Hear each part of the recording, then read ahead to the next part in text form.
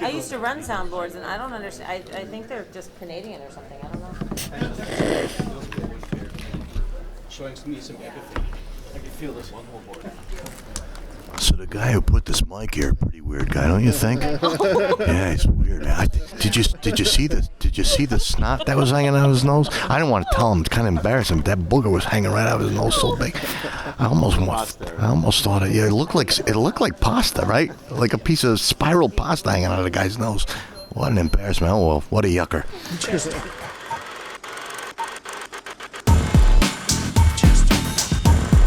We have Greg Capullo with us. That's me. We have Evan Doc Shaner with us. Marguerite Bennett. Yes.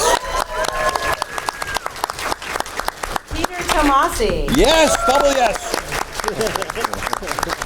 And Jamal Campbell. Hey, Jamal. All right. So, Marguerite, if I can chat with you first a little bit, Okay. I want to talk a little bit about bombshells. Sure. Tell me about bombshells. That was easy. Oh God. First off, can y'all hear me? Is this thing on? Okay. Sure. So Bombshells, in case anyone doesn't know, is our alternate history World War II, where all of the heroines of the DCU are the fighters on the front lines, and it's fighting robots and monsters and magic and mayhem, and so it's all these reinventions in this alternate 1940s environment. And, Sounds thrilling. Thank you. You should pick it up. And, It's great. It sounds thrilling. I'm getting excited. I am. So yeah, like we started as a tie-in for the just exquisite collectible statue line bomb with Aunt Lucia and Jim Fletcher, and then we're sort of greenlit as just kind of like a promotional tie-in, and I was told early on, like, do not put your heart into this, you will get it broken. We're going to cancel it at about 5 issues, so just prepare for that. And we ran for 4 years, 60-something issues, 1,300 pages, Tonner dolls, action figures, Funko Pops, the fashion line, and we never shipped late. That's what happens when you're awesome. And so I'm very lucky because I'm spoiled, really, because all my parents were history teachers at some point or another. And so, we ran out of fairy tales pretty soon, so we got mythology. We ran out of mythology. My dad told us Twilight Zone episodes, which is fairly inappropriate. And then we started getting, just stories from history. Got, Alexander at Thebes and the Siege of Leningrad. And, so I just grew up sort of marinated, and I could have run for another 4 years. I'm still so proud of the work that we did on that series. Not a lot of comic creators can say that they have a fashion line with their characters, some of which I own, by the way. So, thanks for that. So you also did some pretty great work on Batwoman. Thank you very much. Can you talk to us a little bit about kind of crafting this version of this character that you wanted to bring across, and how she's different from what we've seen before, and what you were really trying to bring out with her? Sure. So the original pitch was sort of Batwoman 0 Dark 30, and we wanted to sort of explode her out of Gotham and, make her, very distinct from the rest of the Bat family in dealing with sort of the, consequences of American militarism. And, take her, back through this sort of like tour de force of her past and, all of the consequences, all of the things, all the damage that she had caused and had to answer for. And, really make it this international woman of mystery. There's definitely some James Bond riffs, especially, having some people in suits and, and great martinis. And, and getting to work with James Tynan, who is my brother in arms and who has been looking out for me since before I was published. We would go to Mediterranean restaurants, order a bottle of red wine, and talk about superheroes. So who could ask for a better process? That's the cool side of our gig, right? And it is a very unique take on Batwoman. It's a fantastic adventure. If you guys haven't picked it up, you definitely should take a look. Cheers. All right. So, Mr. Campbell. Yes. Hello down there. Hi, how are you doing? This is great. It's like creator roulette. They never know who's next. So, welcome, first of all. Thank you. Can you tell us a little bit about how you got your start with DC? Yeah, I got my start with DC. I got a random DM from Andy Corey, one of the editors there, saying he liked my work and he wanted to start me off on a Vixen book. And I didn't know how he got my name or anything. Apparently, he had this one piece I did from a while ago, a piece of fan art I did, and just kept it for a time he might be at DC and just held on to it from there. That's flattering. Yeah, Wow. It's amazing. Wow. Yeah, that's flattering.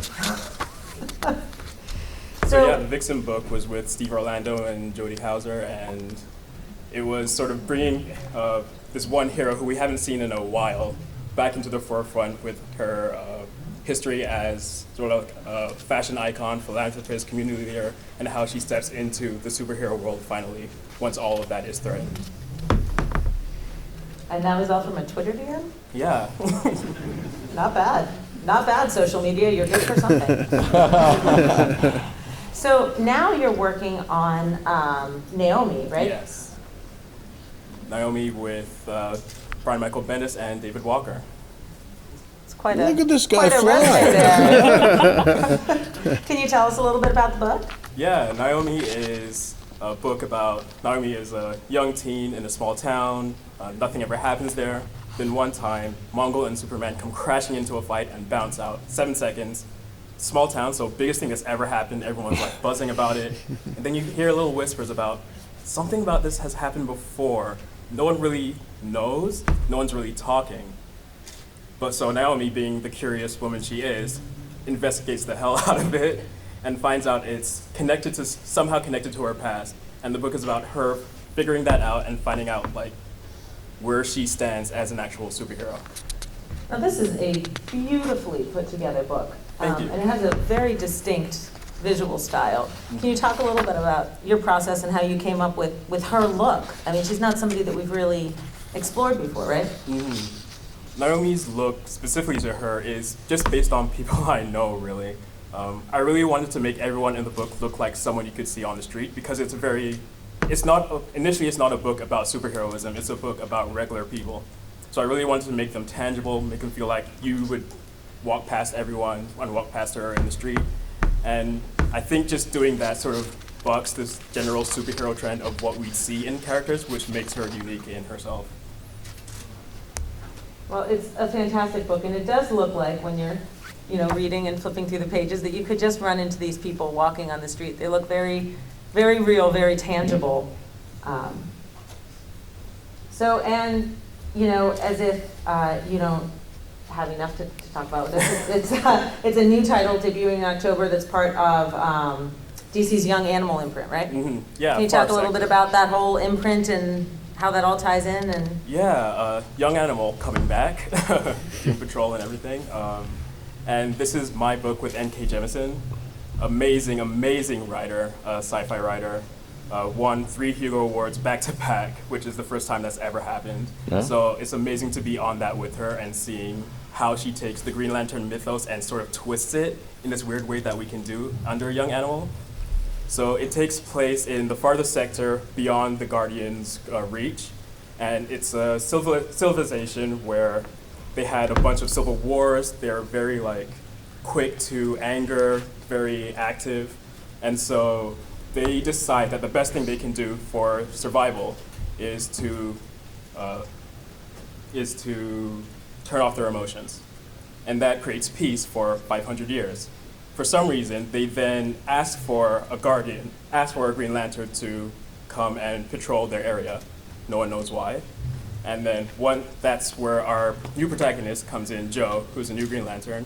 And 6 months into her patrol of the area, a murder happens. First one in 500 years. No one knows why. And the book is about her sort of investigating the murder, why it's happening, sort of going in the ins and outs of the political climate of this alien race that she has no idea what it's about, it's so alien to her, and sort of figuring out how she can help. So it's a whodunit sort of thing? Yeah. Yeah? so we were talking a little bit about your distinct style on your other book, and when you look at this, it is a completely different visual landscape. Yeah. So these do not look like people that you would run into on the street. If I ran into one of these people on the street, I would go the other way. Or possibly follow them, depending on how adventurous I was feeling. But can you tell us a little bit about crafting this visual universe as opposed to the other one? Yeah, it's the complete opposite, as you can see. This one on Naomi is very much how can I best illustrate regular life around us.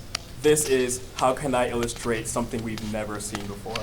How can I buck the trend and just go all out and have flying cars and plants that are upside down and glowing and buildings made out of wood and materials you wouldn't even imagine twisting, and it's a ton of fun because I don't have to follow any rules. And this is your universe, Right? They can't tell you drew this wrong. This is your universe to play with and shape, right? Yes. Is that exciting? Is that daunting? Is it all of the above? All of the above, absolutely. It's very intimidating because it's a lot that you have to think of, and Nora is a very detailed writer. She had this huge document when I first signed on of the everything that's going on in the city and the peoples and their histories and everything. So I definitely want to take that and illustrate it the best I can, which is daunting, but also I'm the type of person who likes a challenge. So I'm gonna take that and do the best I can with it and run with that. That's incredibly exciting. It comes out, I had said October, it comes out November 13th. Yes. So everybody should be on the lookout for that. I know I certainly will. It looks like, did you have a question? Yeah. How much creative discretion did you have creating the Green Lantern? Did you talk with the writer a lot for her visuals? Yeah, absolutely. Nora had a distinct look already, or a distinct idea of how Jo would be styled and type of uniform she'd be wearing and her hair and everything like that. And then I just sort of took her notes and went wild with it. So I had pretty much a lot of input of how I would interpret her vision of what Jo would look like. All right. My pages are stuck. Aha. All right, so next up, we're going to talk to you, Evan, about the origins of your art. I love your art style. It is so much fun. Well, thank you. Giant monsters, stretchy people, it's fantastic. Can you tell us a little bit about how your art style came to be? It's so upbeat and positive and bright. Stays off social media. There. But then he's not getting DMs of people holding on to his work for years. So, Yeah, but his stuff is upbeat and happy, how did though. he even It's get funny in here? you mentioned that, Jamal, because when I did Doom Patrol for the issue that's coming out next month, Andy I've known Andy already, but he did the same thing where really? he found something I did maybe 10 years ago and had apparently held on to it, and he said, I'd really like you to do this for Doom Patrol. He's got a piece of Jack Kirby going, I gotta sign this guy. So the trick is, for those of you who are thinking about a career in this business, find Andy. Yeah, just And then float wait a stuff in few front of Andy. years and you get a DM. As far as my stuff, it was never a conscious effort to make it optimistic or upbeat. It's just how I draw. And because of that, I tend to be attracted to characters like Plastic Man and Superman and Captain Marvel. Would you say your personality is kind of give it the upbeat? No, I'm a monster. Yeah, Fair enough. It's been rough this weekend, man. He's not a monster, he's lovely. He draws with a knife. But no, it's the kind of stuff I enjoy drawing, and I think that's the kind of stuff I tend to be put on by editors is when they're looking for something more upbeat or in the action adventure kind of range that's just fun. That's kind of where I end up. Yeah. I really enjoy that rock, paper, scissors bit, by the way. That was Jeff just wrote that Metamorpho and Plastic Man play rock, paper, scissors, and That was actually written in the... yeah, and then I said, well, Metamorpho is going to have the adult scissors, and Plastic Man gets safety scissors. So we're going to hold questions till the end, so you have a new project coming out Yes, that we can talk a little bit about. just a little bit. Just a little bit. Strange Adventures with Tom King and Mitch Gerrits. We're looking at January next year. I'm trying to think. Tom's already. Strange. Yeah, it's strange. It's hard to explain. Tom's writing, and Mitch and I are. The easiest way is to say we're sharing art duties. We're both doing a cover for each issue, and we're both going to be in the insides, but it's hard to say past that exactly how we're doing it. A lot of people have safely assumed that Mitch is doing everything that takes place on Earth, and I'm doing everything that takes place on Ran. And being very simple, that is what it is, but you'll see as the series goes, it's not quite that simple. But we're really looking forward to it. Mitch and I are both trying something completely different from what we've both done before, trying to play off each other, but also work in contrast to each other. I think it's going to be a really interesting book. So when you autograph, will you put an exclamation point after your signature after this point? I'm just writing all over Mitch's name. Yeah. Make your signature so it's yelling at people. Yeah. But no, the book is going to be fantastic, and you should all plan to pick it up. Look at that, it's a Meet the Beatles cover right there. Yep. Yeah. I wish we could say more about it.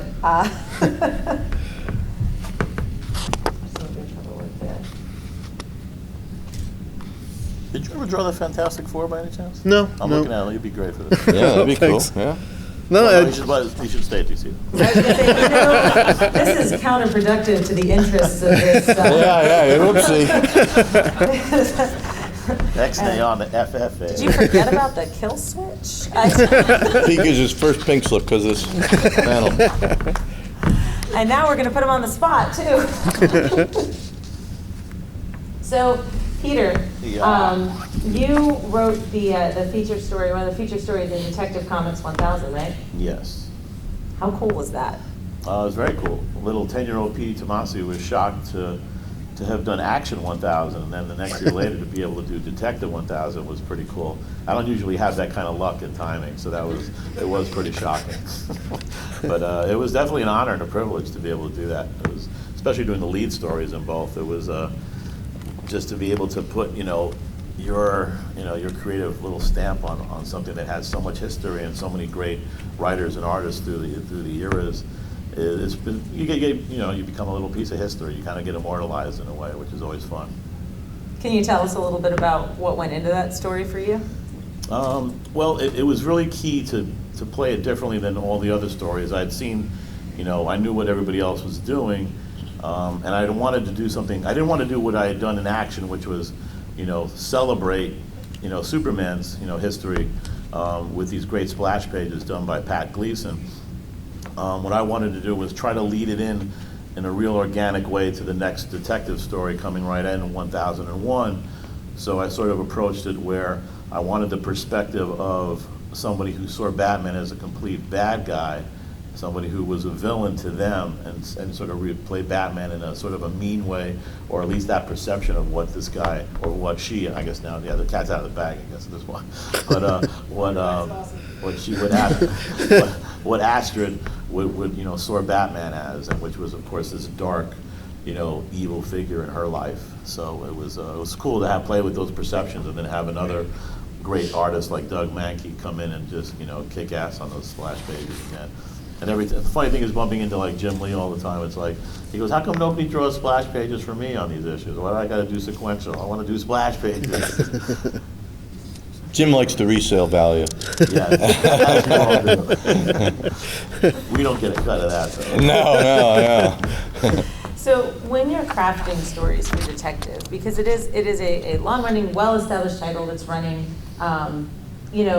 alongside another Batman title, right? Like there's another. How do you keep your stories unique? How do you keep them separate? How do you keep them interesting? So it's not just, there are two Batman titles, because there's not. There's Right. Detective, No. and it's a very distinct storytelling style and a very distinctive look at Gotham. So Yeah, it was sort of when I was a group editor at DC. I was at group editing the Batman books many years ago, and it was always key to make sure the books all had a different personality to a degree. And of course, you can always establish that by getting the certain creative teams on that, because they bring their own magic to each title.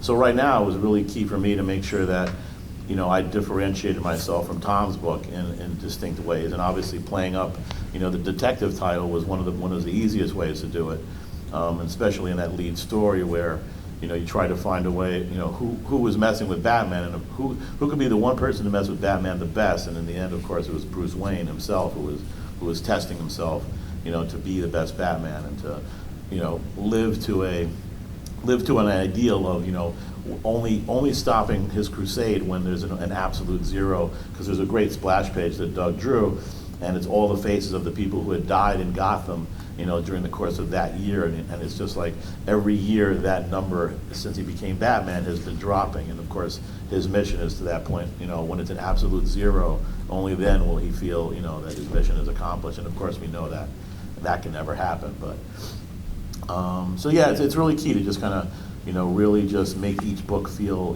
distinct in its own way, and that really is established by the creative teams all the time, by picking the right guys and girls to put that together. So you get to play in this sandbox of this character that has been popular for 80 years. I'll be doing the next one, 2000.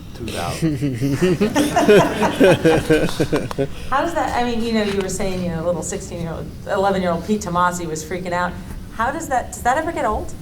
No, because, the great thing about comics, and I'm sure everybody up here can attest to, is that there are times, I'm not going to lie, you get burnt out, you get crispy fried, you look at a computer screen and you're like, if somebody could pay me what I make to do this and go be a park ranger today, I think I'd like to be a park ranger today. But then that, you get those pages, you suddenly some JPEGs will start coming in and you'll see your words get realized and turn into amazing visuals, and then you get that finished book, and again, we have the real privilege of, even TV's of course a little faster, and movies, they're a little really slow, but it's development hell for a lot of these writers. There's guys who just never see their stuff realized. They just become these words on a shelf if they're not novels.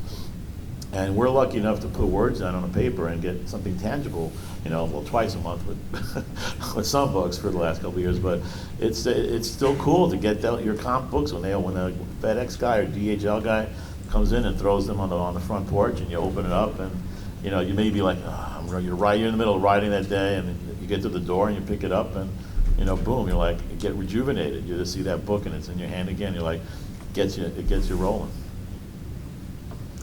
So speaking of working on Batman that has been popular for 80 years, Greg here has had one of the most unprecedented, incredibly popular runs on Batman that we've ever seen. You guys picked up some of the Capullo Batman stuff? Couple of you. A little bit. I think there are a few people that have been reading them. I a couple occasionally people. hear mumblings. Yeah. Yeah. What's it like, man? Like you're the Bat guy. Like. Yeah, I don't know. It's like when you're busy doing it, you don't really have time. I don't have time to reflect on, actually where we're at. I'm aware of the reception that, Scott and I and the rest of the team have been fortunate enough to have from all you guys, and we love you for it. But when you're just doing it, it's assembly line, so you're always got your nose down, right? So I think it'll be after the fact that, recognize. I'll tell you though, when I took it over, right, I gotta say, I was always a Marvel guy, but I was, and I'd worked with Todd McFarlane for a very long time, and then I met my wife, which, by the way, I would never be doing Batman if I didn't marry my wife, Jamie. She had 2 kids. I called them accessories, and I said, I have to go mainstream, and so it was at that time, and I'd never approached DC before, and I approached both companies, Marvel, which always wants me, still wants me, and I said, what do you got? And they made their offers, and DC offered me something, they said Batman related, and they couldn't tell me, and I go, well, I'm trying to make a decision, so they had me sign a non-disclosure, and then they told me, but it never said in that I was relaunching Batman from 1. Now, I've been drawing comics for so many years, and then when it came down, I went, it's Batman #1. I was like, and it was terrifying. And I look back at my first issue, and I could see that I was terrified, because there's bits of it that I go, oh, I wish I'd drawn that better. But and I didn't, it wasn't until like the 3rd issue where I finally go, buddy, this is what you do for a living, just relax and do your job. And so I just been going since then, and Scott was scared too. We talk about it, and when relaunching Batman, because it's a big deal. And Batman fans are like nuts. And if you get it wrong, they'll kill you. You know, and I didn't want to die for comics. I love it, but I don't want to die over them. And so, yeah, it was terrifying. And but I'm proud of Court of Owls, and I think Scott wrote something genius there, and I'm honored to be a part of that. And it's just an honor to be a part of such a character that's so well loved, no matter where you go. I mean, in the rainforest, I think, you know, if you said Batman, they'd start going, you know, they're so happy. Oh, yes, Batman. Clicking and popping and everything, you know, and they just pizza man. I mean, I don't know what, but Clicking and popping. You know how they click. You know, I can't do it. Right? I can't speak French either. You know, I can't. There's certain things I can't do, and but you know what I mean. You've heard it, right? They click and they pop. I don't know. Anyway, right? You know what I'm talking about, right? I'm not the only crazy person up here, but I mean. Anyway, well, listen, I'm the craziest person, but I'm not the only one. There's degrees, you know. And but anyway, but one of the cool things is that I'll tell you, my mother has a drawing I did of Batman Ron when I was 4 years old. You know, it was taken from the animated sequence from the TV show with the capes flying up there, you know, and I had the R, it was backwards, but it was there, had eye for detail. And so it's kind of cool that, you know, my life took this path where I actually drew Batman professionally. And the fact that it's so well received by you guys, I mean, that takes it to a whole other level. And where it shakes out in history, you know, it shakes out. I don't really, you know, think about that stuff. I'm grateful that you guys have kept Scott and I and the team going for so long. And, you know, thank you for that. But, yeah, it's cool. That's the short answer. It's cool. You heard it here first. Words. You heard it here first. Yeah, so now we're working on our last chapter for our Batman. And, you know, people go, oh, you're not going to draw any more Batman, you know, and they get upset. And I say, you know, Batman could pop up in a story that we do, but this is really the end of our Batman that began Court of Owls. This is our Dark Knight Returns. You know, this, as Scott has said, you know, when he was going about to write Batman, that Grant Morrison told him you have to know the beginning and the end of your Batman. That's how you make it special. And so this is, you know, Scott's vision for the end of our Batman. And so I hope you'll dig it. You know, I'm working on the third chapter right now, which would have been done, but I took a little detour. Did Spawn 300 with Todd McFarlane. You guys know that guy? Yeah. All right, yeah. So back on that, and this is really the end of our Court of Owls Batman. This is the bookend. This is the period at the end of that sentence, and it's a crazy, wild tale that, you know, I hope you hang on for the ride. Is it sad to be writing the end of this thing that you started? You know, no. You know, it gets to a point, you know, because certainly we've done a lot of it, right? We took it on in like 2011. And, you know, we have a limited time to do what we do, especially the older you get, right? You start to get a shorter road in front of you. And so Scott and I have a lot of ideas that we want to do. So, you know, we did a lot of Batman, so it's not too sad to say goodbye to it and let somebody else have fun, you know, because we have so many great plans ahead. And we have, you know, something super huge that's in the works for DC that, you know, is, I think, going to be the biggest thing we've done yet. And, you know, I don't blow smoke and all that hyperbole stuff. It really is planned and intended to be like the biggest bomb that we're going to drop.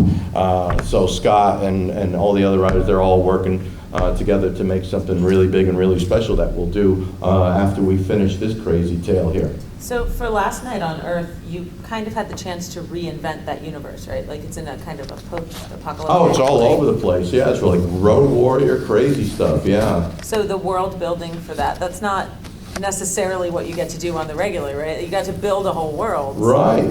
How was that? Oh, it's great. You know, Wonder Woman with a mohawk and a big scarred face and stuff like that. It's all cool. And the Green Lanterns dragging their evil hosts behind them, you know, with big evil babies. You know, it's just crazy, bizarre. Listen, we get into comics because of that kooky stuff.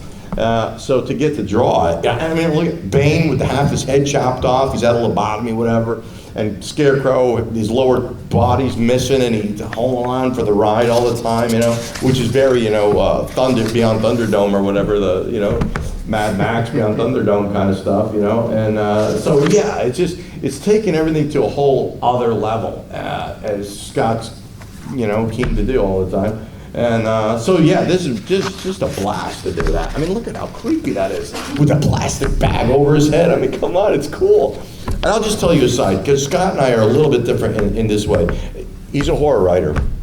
Obviously, I didn't know that when I got hooked up with him. But he gets so immersed in his writing. So you read Death of the Family, I assume? Yeah? Okay, right, okay. So Scott, he's apologizing to me, right? He's going, dude, I'm really sorry about the dark place that I'm bringing you. I know that's my Scott. He's very, you know, that's the good-natured side of him. The other's another side. But and I'm really sorry. I know I'm bringing you to this dark place, and I really apologize. And I'm like, because I'd drawn so much of Spawn. It was like, I get my old smelly, comfortable slippers back on my feet, and this is easy. So he was suffering, and I'm having the time of my life drawing all that crazy stuff. And then their faces are skinned in there, and they serve them on the table, and you go, this is great, you know, and there's a horse on fire. I'm going, yes, yeah. So he had all this bad trauma, you know. He had to be on a couch in somebody's office, and I was like, this is easy. So yeah, it's a fun. I don't know why I started that story, but here we are. We have got to stop putting these panels at lunchtime. And I haven't even had coffee. Well, I did have a little coffee, but it was weak coffee. So, after talking about last night, I want to go back and talk a little bit about metal. Do you guys read metal? Metal! You gotta say it right. Metal! Sorry. Did everybody enjoy metal? Metal! So you talked about how you got started back on the relaunch of Batman, but metal was, I'm sorry, I just can't. Metal was a different pitch, right? It was a different, you guys were already well ensconced together as a creative team. How did that come about? Jamie and I, Jamie's my wife, and we were meeting, we were just visiting Scott at his house. You know, we get along, everybody, and so we're hanging out, and he gives me his pitch, and he goes, and like Batman with battle axes, and he goes, it'd be called, first he said it'd be called metal, and already I was like, oh yeah, you know, and then he goes, and Batman with battle axes and a Joker dragon, and I light up, and Scott always goes, it's cool, right? You know, that's his thing. It's cool, right? And I'm like, yeah, I'm in. So that was it. It was that simple thing. It was this small pitch. It's called Metal, Batman with battle axes, and Joker Dragon. And I was just completely sold on it, yeah. And then every script I got, it just, the crazy got escalated and escalating and escalating. And I was just like, oh my God, oh my God, oh my God. So yeah, it was a ball doing Metal. That was one of the coolest, most fun things I've done, yeah. What's the most fun part of that series, of working on an event with that size? What was the most fun part of that for you? Well, I mean, I don't know if it was the most, I mean, listen, I wanted to do this since I was 8, so it's all fun, okay? It's all fun. The most interesting thing for me was, because I was always a Marvel guy, I mean, there's just gigantic parts of the DCU that I was completely unaware of. So in doing Metal, they sent me folders, of digital files of all these characters. I'd never heard of a lot of them. And so it was the discovery, I would say, was the most fun for me with Metal, because I go, oh, they got a lot of really cool characters that I had no idea existed. So I'd say my own personal discovery of the DCU was probably the most fun. So you're talking about how each script that you got just got crazier and crazier, and suddenly there are dragons. And, right. So what was the biggest challenge in that book for you? All right, it was a pain in the ass, and this is sort of the scene, where Scott had all these electrified skeletons forming these big structures, all these bodies. That was a pain in the ass, Writers, they have such an easy, they go, and there's this. You go, crying out loud, and you got to actually draw all this stuff. You type that in 5 seconds. Listen, see, that's okay. That's okay. You see, Tomasi, a rebuttal. this is why.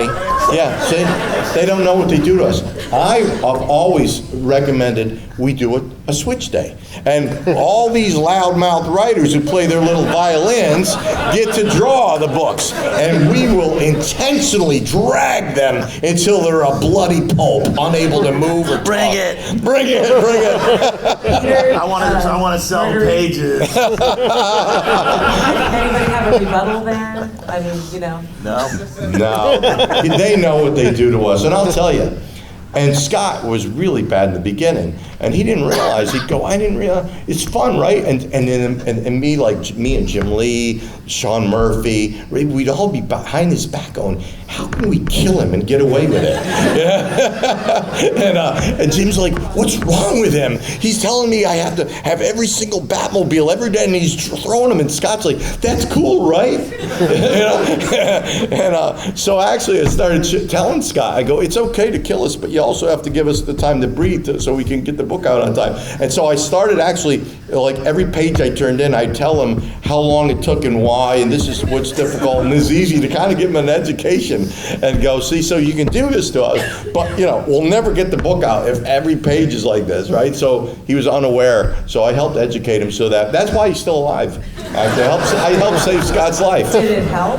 Oh, yeah, it did help. It did help, and Scott is continually trying to learn. Writers can be the same as lead singers in band, which is a-holes, because their ego gets to such. In bands we call it singeritis. Oh no, you guys don't have any. No, well, listen. Some do. As you can tell, I'm very humble and quiet. And Could you speak up? yeah. And but Scott, who certainly, and he does have an ego. There's not to say he doesn't have an ego, but what I'm saying in that is like he's still open. You know what I mean? It's like he has a big ego and he knows he's popular and that he's good at what he does. I think anybody who gets to a certain point and they realize, and if they're honest with themselves, yeah, I'm pretty good at what I do. But he's always open, and being I've been doing it so much longer than him, he's very open to all the advice I've given him from day one. And he's learned a lot, and he continues to learn, and he continues to ask, and he continues to tell me how much he learns every time we work together. So in that way, and that's what makes all of us good. You can have an ego, but if you are always still hungry to learn and how can I improve and make it better, that's to me what makes you go all the way to the top. It's when you get to the ego that shuts off your thing and you think you've got it all figured out, that you kind of stagnate and that's a word. Or you just. Right. Yes. See, he knows. So I have some questions that I just want to go down the line for the panel. That was incredibly enlightening, by the way. Thank you. I have some questions. I don't know what it was. Hopefully we all hung out for the ride there, but because I never know where I'm going to go, where I'm going to land. We'll start with Jamal. Can you guys each tell me what the favorite thing that you've ever worked on is? Whether it can be a panel that you've done, it can be a story that you've written, it can be a line of dialogue. What is your favorite thing? And I know I'm asking you to choose between your children. I'm evil. This is hard. I think my favorite thing truly would be, my favorite character is Nightwing, and I got to help out on a Nightwing series, Sam Humphrey's Nightwing series, for a couple of issues. And I got to draw Nightwing sort of like swinging, tumbling down the city, like buildings whipping past him, and it was such like an image that I've been wanting to draw since childhood that I actually got to do. That was probably my favorite thing ever so far. Awesome. How about you, Peter? That's tough. There's a lot of, there's 30 years of stuff there, even editing wise, being, doing Kingdom Come and finding that in the slush pile.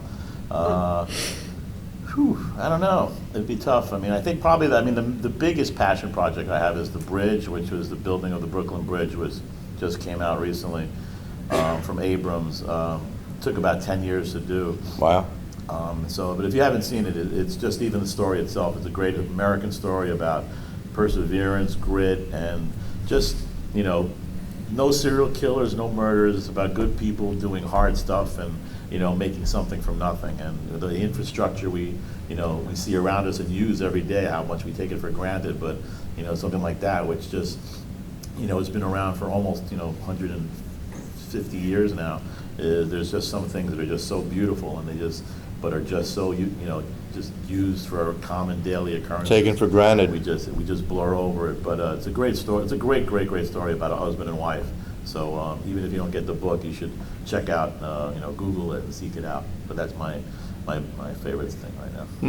How about you, Marguerite? Mine is probably in the third arc of Bombshells, where Batwoman has gone overseas and, she winds up in one of the ghettos that's under, the threat of liquidation, and she winds up, she's very assimilated living in Gotham, and winds up, encountering, this Jewish community, these Jewish families, at Shabbat, and, just in preparation for their final stand and uprising. And winds up meeting, this 12-year-old girl, Miriam, who's the one, she communicates with, and, sort of rediscovers, this whole, ageless, timeless, legacy that, that she's a part of, and, has Shabbat with this family, and then, the next day, that they go out for the battle, and it's this big conflict and clashing with Nazis and monsters and, all the horrors of the Reich. And, the girl, Miri, is downstairs with all the other children, in the basement trying to keep everyone safe. And, the roof is collapsing over top. And she's, one of the things that she told Batwoman is, it's just this knowledge that we come from this tradition of heroines, all of these powerful, incredible women who have kept our people alive. And, she tells her, some of the stories, and she's telling the stories to the children. And as she's going along, she's trembling, she's just sort of mentioning them, just going by name. She's even lost the ability to, tell the story. She's just chanting the names to try and keep them, alive to herself. And she starts stuttering, and it just winds up being just the names of each heroine, and they spell out Shazam. And she gets her powers, and she becomes the Shazam of the Bombshells universe. And that's my favorite. That's cool. Telling you, pick up Bombshell. It's fun, and it's layered. It's not just fun, it's layered, as you can see from what Marguerite was just talking about. How about you, Evan? You got a favorite? The short time I've been at DC, I've been very lucky to work on stuff I'd call dream gigs. Because every book has been something I really had a strong interest in. But if I had to pick one, I genuinely never thought I'd get to do anything with Captain Marvel. So those 2 issues of Convergence Shazam that Jeff Parker and I did are probably my favorite from my time at DC. We got to do everything we wanted to do with that specific iteration of that character in 2 issues. We got to hit on all the villains we loved, and Mary and Freddy, even the Bulleteers, and we got out, and we got to do our dream story in 2 issues, and that's probably my favorite thing I've done. I never thought I'd get that chance, and if I never get to draw them again, I'm okay with it. So, Captain Marvel. All right, we're going to open the floor up to questions now. How about you, Greg? Do you have a favorite child? Like I said earlier, I've wanted to draw comics since I was 8 years old. Knew this is what I wanted to do with my life. And so it's hard for me to say that because I'm just appreciative that I'm able to, live my dream. And I've done a lot of cool stuff, Quasar, X-Force, Spawn, Creech, Batman, Reborn, Mark Miller. I mean, it's just, I'm lucky, blessed, whatever you want to call it, So I don't know what I'm the most proud of. I mean, if you put a gun to my, because I've been sweating trying to go, what am I going to say when, I'm glad I'm last. And I don't know. I would say, with a gun to my head, right? Issue 5 of Court of Owls, where we did the complete rotation of the book when Batman's in the labyrinth. I'm kind of proud of that one, and I'll just tell you, briefly, that wouldn't have happened. It was my idea to do that, but I wouldn't have had the idea had Scott's script not started in a normal place on page 1, then ended in a normal place at the end of the book with Damien on the rooftop with Bullock and all that. If that wasn't the ending and we just ended in the labyrinth, to me it wouldn't have worked. But it being that I had those bookends, then I go, we can really add to the insanity that Batman's feeling, because he's getting hallucinations because of the water he was drinking down there and everything like that. So I was able to take the viewer on this crazy ride and turning the world upside down, which I had to really fight and argue for, which being a Sicilian comes in handy because we have temper and we can go, my uncle's a Mangano, so you know what that means, right? Anyway, There's no such thing as the mafia. And but anyway, yeah, we had a fight for that one, and I'll just tell you a little funny aside. So we fight for this thing. Scott joined arms and was like, yeah, what he said. And so we get it all planned, and I go over the pagination with the editor, methodically and repeatedly, where we do our turns. And so then the book, we get the books before you guys get the books, and Scott starts tweeting that, you might think it's an accident, but it's not an accident. I said, what are you doing? I said, stop, take that stuff down. Don't tell them that. No, the smart people will get it, and they'll explain it to the dummies. And so then I get my copy, and I'm flipping through, and at one point, all right, I thought they made a mistake, and I'm cursing and everything, because the one thing I didn't factor in, because I have the physical boards in front of me, so I'm just doing like this, and this is where the turn will be, and this is what the turn will be. Never factoring in, at one point, you're going to have to start flipping the pages in the opposite direction that we normally flip pages in a book. And at first I got upset, and then I go, this is even better, right? Because now it's even more confusing. So when they wanted to start letting the public know, because they were fearing, they'll think it's a printing error, I go, just shut up, it's going to be fantastic. And it's the single most commented issue for a longest time, I can't tell you, with people coming up in line, commenting on issue 5. So anytime I wanted to do something that was a little outside the box with DC, I would just whisper, issue 5, because it was such a great success. So anyway, I would say issue 5 from Court of Owls. Marguerite, I completely neglected to ask you about your new project that you're working on with Mirka. Oh, yeah. Can you talk about that for a little bit? Sure. I feel like that is something our audience would love to hear about. Okay. It's through DC, but it's not actually part of the main DCU. It's the spin-off of this American anime called Ruby. Yeah, okay. And, there we go. No, and it's about a bunch of girls at a monster hunting academy, and I have never seen a piece of media so made by people who grew up with the same influences and inspirations that I did. And it's like, Harry Potter and the Disney Renaissance and Final Fantasy, and it's like, whoever made this had unresolved feelings about Final Fantasy VIII, and I have unresolved feelings about Final Fantasy VIII. And I am so in love with this property. It's just so queer and happy, and just all about female friendships, and all about like power and horror and killing monsters, and I'm just having the time of my life working on this book and working with Mirka again. So we're going to have a chance to take a couple of audience questions. So can I get a couple of hands up? Yes, sir. Who was your favorite Batman metal to draw of all the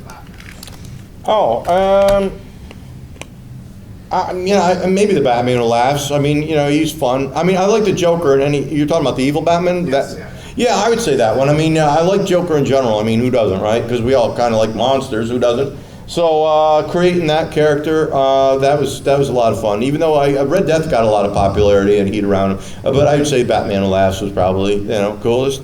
Sorry, how much creative influence did you have on creating? Plenty. I always have plenty. Scott gives me ideas of what he thinks things look like, and then it's just that's where one of the fun parts for an artist is, because it's the most freedom, because when you're a kid, there's no rules. You just sit around and you draw out of your imagination, and so it's like doing that. So you just let it go, and you go, what does that inspire, and out it comes, and I turn it in, and they go, we love it, and because I'm Sicilian and I'm related to Manganos, so they'll always say that. And but nah, seriously though, yeah, that's how it is. It's fun. He gives me his 2 cents. It's like maybe we don't see his eyes, his smile's gnarly with receded gums, and it has to say heavy metal. So, and have bat ears, obviously, because they all have bat ears. So it's just like, what do I feel about metal, right? Metal, spikes, leather, all those things.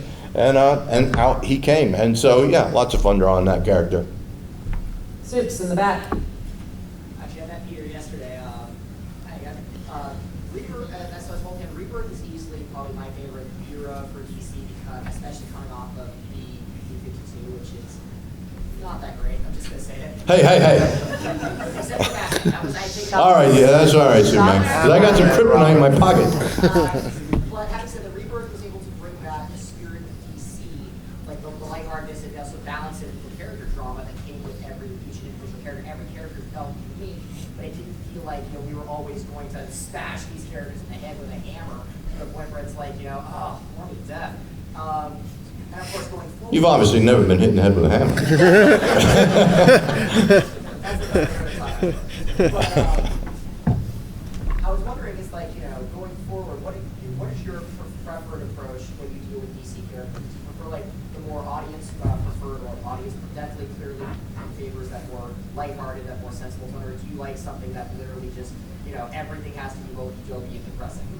No, honestly, the best thing for drama, if everything's just the same tone, then you have no drama whatsoever. You have to write, I love writing horror aspects, like if I'll do the Batman and Robin, for instance. There was horror aspects, there was incredible grief aspects, lighthearted moments, family moments. Like life, I want every part of it to be a part of every story I do and humanize the characters as much as possible, because as much as I love coming up with inventive action too, it's the humanistic feel of the characters that brings me through every story and makes me care about them, and obviously I hope the reader cares about them in that respect too.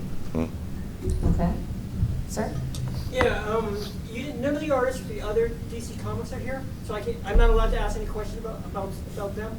We can answer for them. We I mean, might get the answers wrong, but we'll give it a shot. The answers would be what you want. The overall history, the future of the DC universe in regards to the characters that Dan told me not to mention last year. You have completely confused your moderator, but I'm going to have you. You're hold one on to step that. away from talking with clicks right now.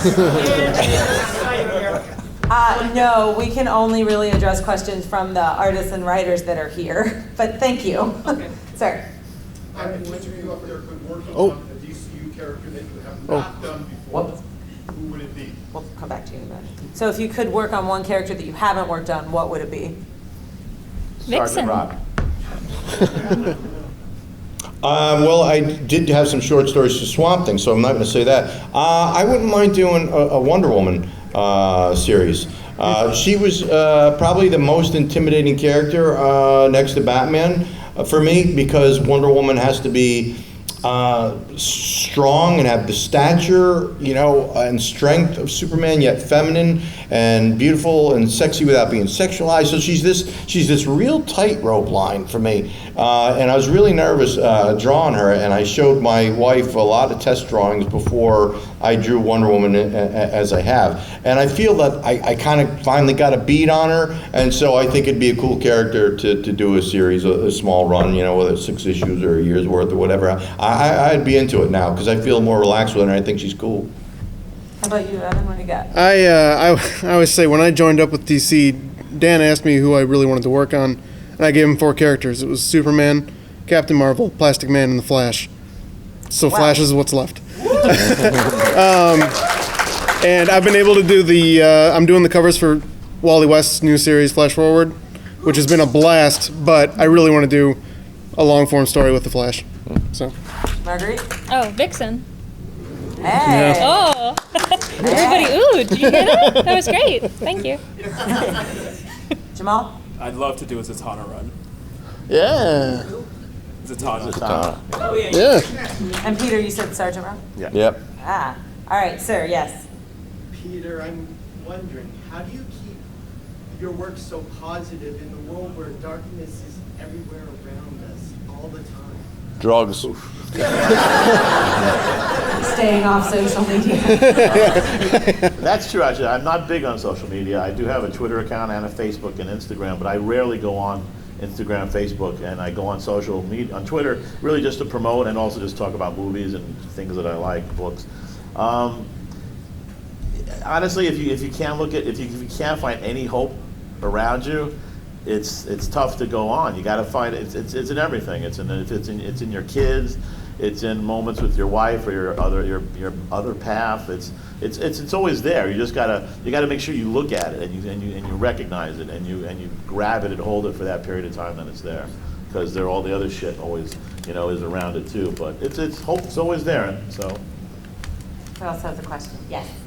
For Jamal, is there another volume of Nani planned? Yeah. Right now I'm doing Far Sector, and then after that we'll be returning to Naomi. Good. Ma'am. Peter, I was wondering, I loved your Superman run so much, and Thank it was you. a shame that it got cut a little bit shorter than I think it was planned to be. Was Manchester Black always going to stay as a cow? The question is, was Manchester Black always going to stay as a cow? You know what, we had 2 years planned out after the axe fell, but he wasn't coming back at that point. We were going to keep him a cow for a while, but we were going to go back and play with that cow for a little bit. So, and not in any kind of crazy way, but.